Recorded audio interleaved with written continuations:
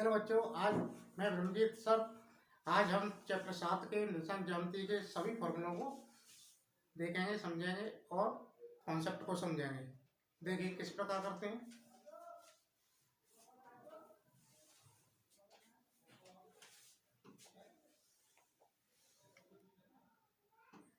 देखिए निशान ज्यामिति सभी महत्वपूर्ण फॉर्मूले और कॉन्सेप्ट देखिए किस प्रकार करते हैं। सबसे पहले आपको ये बताया जाएगा जो निशान ज्यामिति के पॉइंट किस प्रकार बनाए जाते हैं और किस निशान ज्यामिति के पॉइंट होते हैं। देखिए सबसे पहले हम इसको दे देंगे, सुनो कचरा में जो गरीब चल होता है। चलिए देखिए, हम सबसे पहले निशान को देखेंगे और अक्षरों को देखेंगे। सबसे पहले हम क्या देखेंगे, अक्षरों को देखेंगे। इसमें आपके क्या है, दो अक्ष होते हैं। आपका एक्स अक्ष एक पॉजिटिव होता है तो एक नेगेटिव होता है।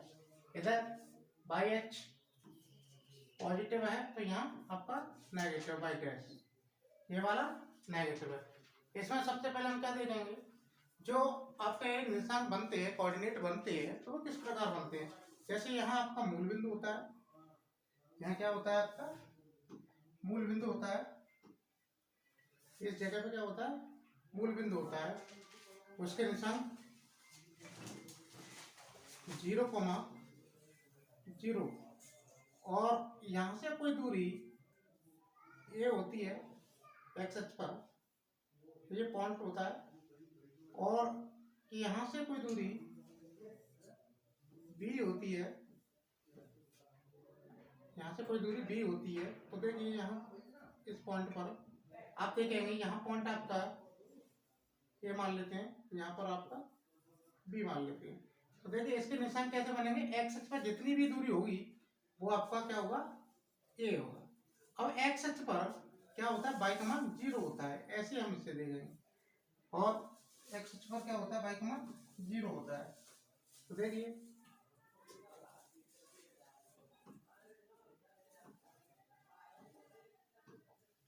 देखते हैं अभी, थोड़ा ये लाइन टेढ़ी हो गई है।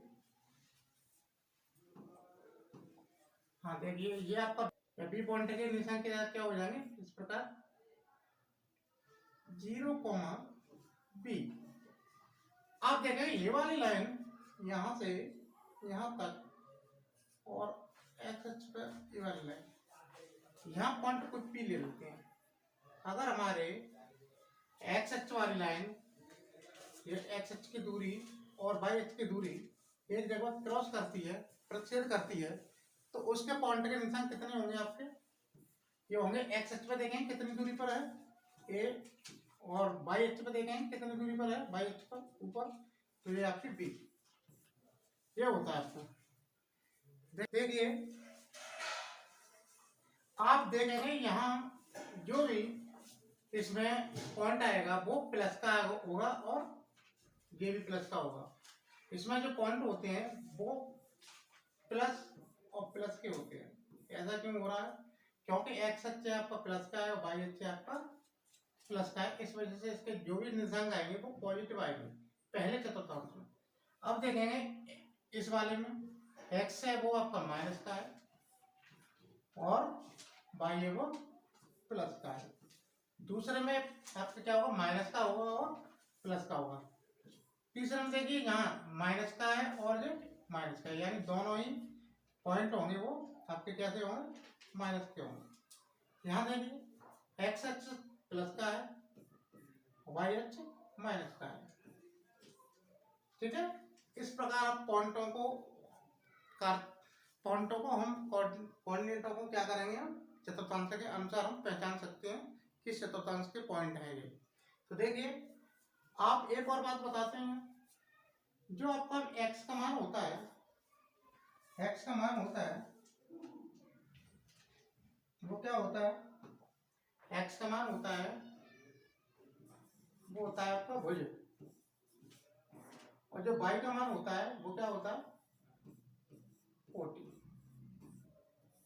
क्या होता है, कोटि।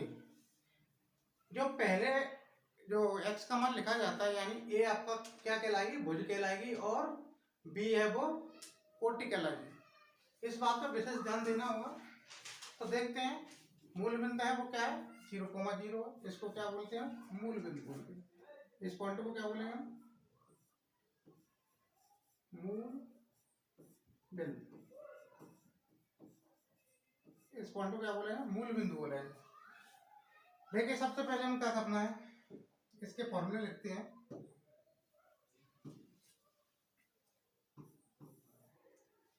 इसमें देखिए ये पूछा जाएगा x अक्ष पर y बराबर क्या होता है, 0 होता है, या ऐसा कहा जाएगा x अक्ष का समीकरण, x अक्ष का समीकरण पूछा जाएगा, फिर भी आप क्या कहेंगे उसे, y बराबर 0 कहेंगे। ऐसे इस प्रकार y अक्ष पर दे देंगे, y अक्ष पर x बराबर क्या होता है, 0 होता है। तो देखेंगे इस प्रकार हम y का भी कह सकते हैं, y अक्ष का समीकरण बताइए क्या होगा, x बराबर 0 होगा। ठीक है, इस प्रकार। और x अक्ष और y अक्ष के हम समीकरण को देखेंगे। नंबर 3, एक पॉइंट होता है आपके मूल बिंदु के निर्देशांक, मूल बिंदु के निर्देशांक, मूल बिंदु के निर्देशांक क्या होते हैं, 0,0। ठीक है, इस प्रकार आपके इसकी जानकारी मिली। x अक्ष पर y का मान 0 होता है, y अक्ष पर x का मान 0 होता है, मूल बिंदु के निशान 0,0 होते हैं, और समीकरण पूछा जाए तो इस प्रकार कर सकते हैं। अब हम देखेंगे, इसकी जानकारी मिल गई ना, और चतुर्थांश के बारे में भी बता सकते हैं आप, चिन्हों के बारे में। तो हम देखेंगे और फॉर्मूले लिखते हैं। फॉर्मूले लिखते हैं आपके, फॉर्मूले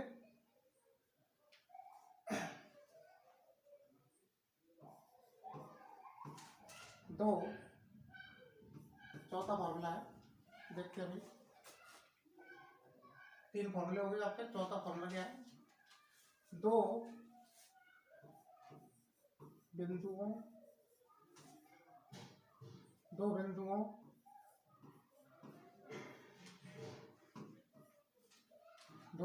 यानी x1, y1 और x2, y2, दो बिंदुओं x1, y1 और x2, y2 के बीच की दूरी, इसका फॉर्मूला देखेंगे तो क्या होगा, e बराबर रूट में क्या होगा, x2 माइनस x1 का whole square plus y2 minus y1 का होल स्क्वायर। आप चाहे तो इसको फिर हमको सीधा ले सकते हैं, कैसे, x1 माइनस x2 का whole square plus y1 minus y2 का होल स्क्वायर। तो देखिए आप इसका चित्र बनाना चाहे तो कैसे बनाएंगे, कोई रेखा है आपने वो कह दिया ए है और बी है, इसके पॉइंट हैं वो क्या है, इसके पॉइंट हैं वो क्या है, x1, y1 और x2, y2। ठीक है, इसके जो बीच की दूरी होगी वो क्या होगी, d होगी। इस प्रकार आप समझ सकते हैं। तो देखिए क्या है, नंबर 4, मध्य बिंदु के निशान नंबर 4 में क्या करेंगे हम, मध्य बिंदु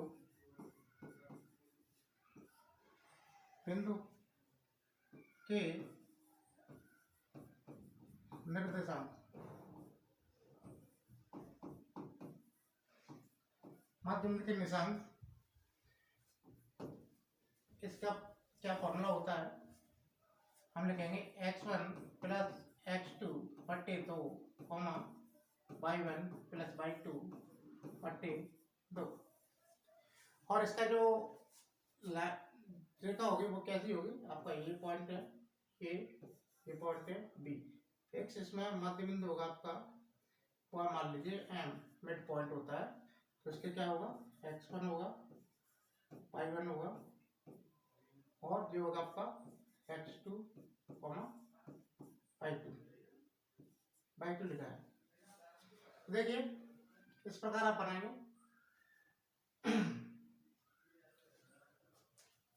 नेक्स्ट देखते हैं आपका पांचवा फॉर्मूला, पांचवा तो हो गया, छठवां फॉर्मूला चेक करते भी।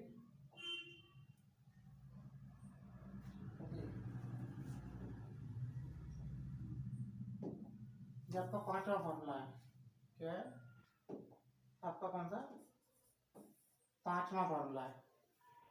और नेक्स्ट छठवां फॉर्मूला देखते हैं, वो क्या है,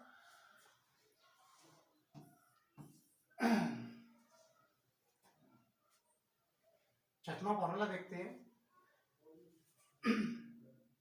विभाजन सूत्र वाले। क्या होता है, विभाजन सूत्र। विभाजन सूत्र से क्या करेंगे, इसमें दो पार्ट होते हैं, एक पार्ट होता है आपका अंत्य विभाजन, अंत्य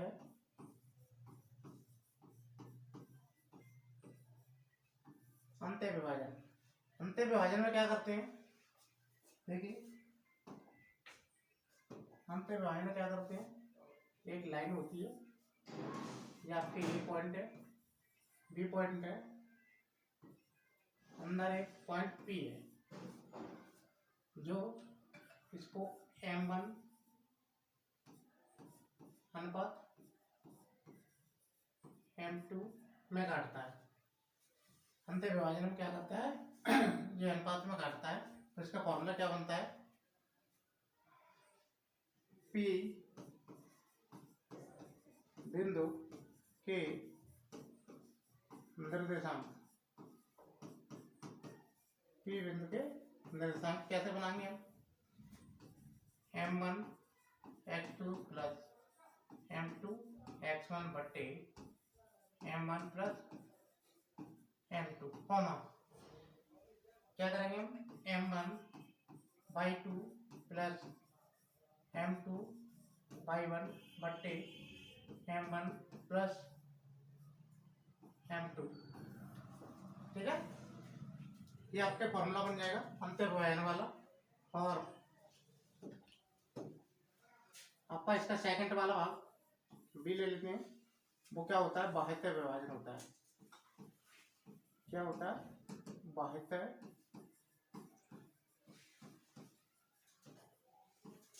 विभाजन।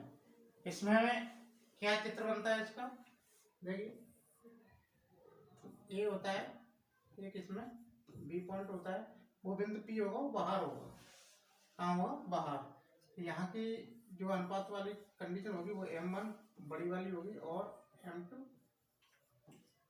छोटी वाली। तो देखिए कैसे करते हैं, इसमें ही P बिंदु के निशान निकालते हैं। P बिंदु के निर्देशांक, देखिए किस प्रकार करते हैं, फॉर्मूला आपका यही रहता है, सिर्फ इसके बीच वाले चिन्ह हैं वो बदल जाते हैं। कैसे बदलते हैं, देखिए M1 x2 minus M2 x1 बटे M1 माइनस M2, इस प्रकार बदल जाते हैं। देखिए M1 y2 minus M2 y1 बटे M1 माइनस M2, देखिए इस प्रकार आपके क्या होते हैं, अंत्य विभाजन वाला फॉर्मूला और बाह्य विभाजन वाला फॉर्मूला दो बन जाते हैं। और देखिए नेक्स्ट छह फॉर्मूले हो गए, सातवां फॉर्मूला।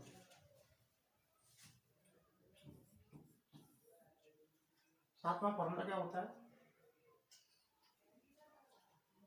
यदि यदि यदि त्रिभुज यदि त्रिभुज के शीर्ष x1 y1 x2 y2 x3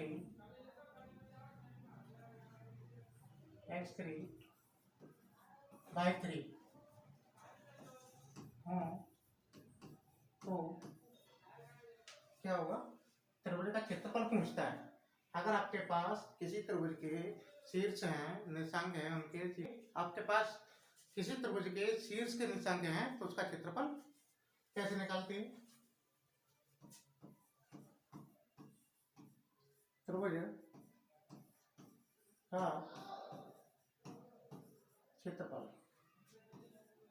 देखिए 1/2 ब्रैकेट में x1 ब्रैकेट में y2 माइनस y3, फिर प्लस इसका क्रम बढ़ाना है आपको, तो क्या करना है, x2 ब्रैकेट में y3 माइनस y1, ये 3 के बाद में 4 नहीं है पॉइंट आपके, तो उसके बाद फिर रिपीट हो जाएगा 1 पे आ जाता है।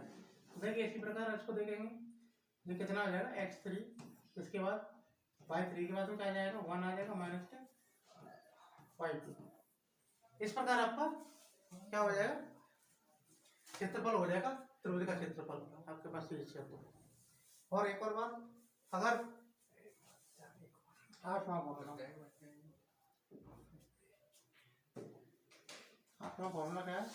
यदि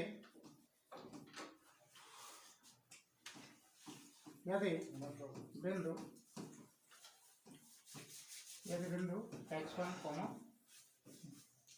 y1 x2 y2 x3 y3 बिंदु सरेख हैं, क्या है, सरेख हैं, सरेख हैं, तब क्या होता है, तब त्रिभुज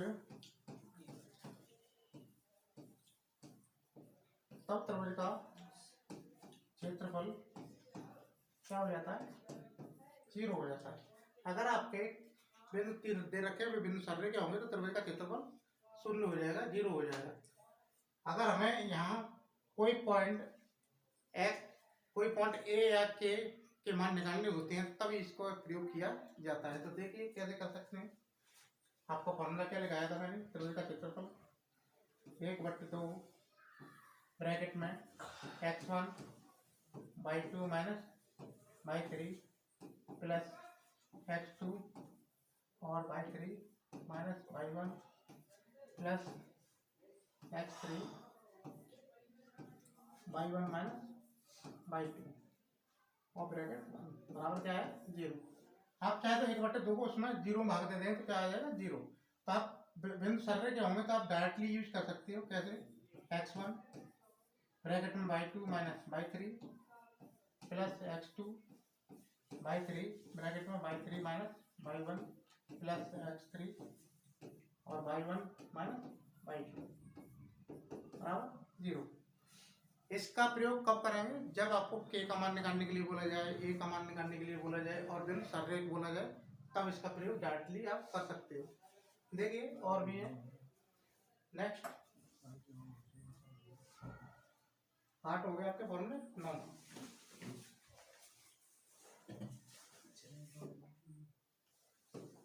नवा फॉर्मूला देखिए,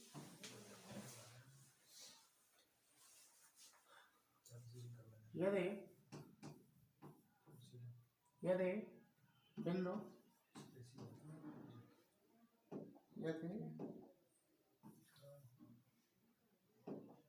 यदि त्रिभुज के शीर्ष क्या है, शीर्ष x1, y1, x2, y2, x3, y3 हैं, तब त्रिभुज के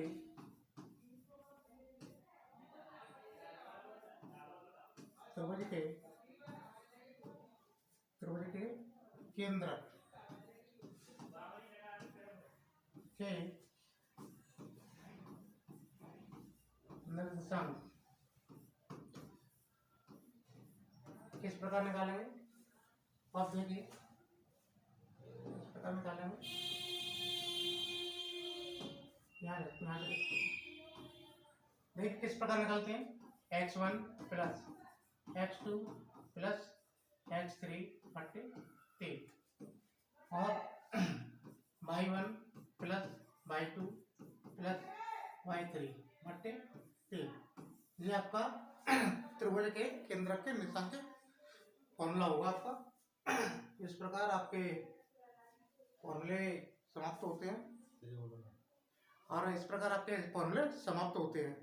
तो देखिए आप निर्देशांक ज्यामिति के जितने फॉर्मूले थे वो आपको दिखा दिए गए और समझा दिए गए हैं। इसमें आपको ज्यादा तरह से ध्यान रखना होगा कि इसके x अक्ष पर y का मान क्या होता है, x अक्ष का समीकरण क्या होता है, y अक्ष पर x का मान क्या होता है। इस प्रकार आप समझते हैं तो फॉर्मूला को याद रखिए और इस पर जो भी क्वेश्चन बनेंगे महत्वपूर्ण क्वेश्चन वो नेक्स्ट वीडियो में बताए जाएंगे। देखिए और हमारी वीडियो अच्छी लगी हो तो लाइक करें, शेयर करें और ज़्यादा से ज़्यादा बच्चों को शेयर करें और लाभ मिल सके। धन्यवाद।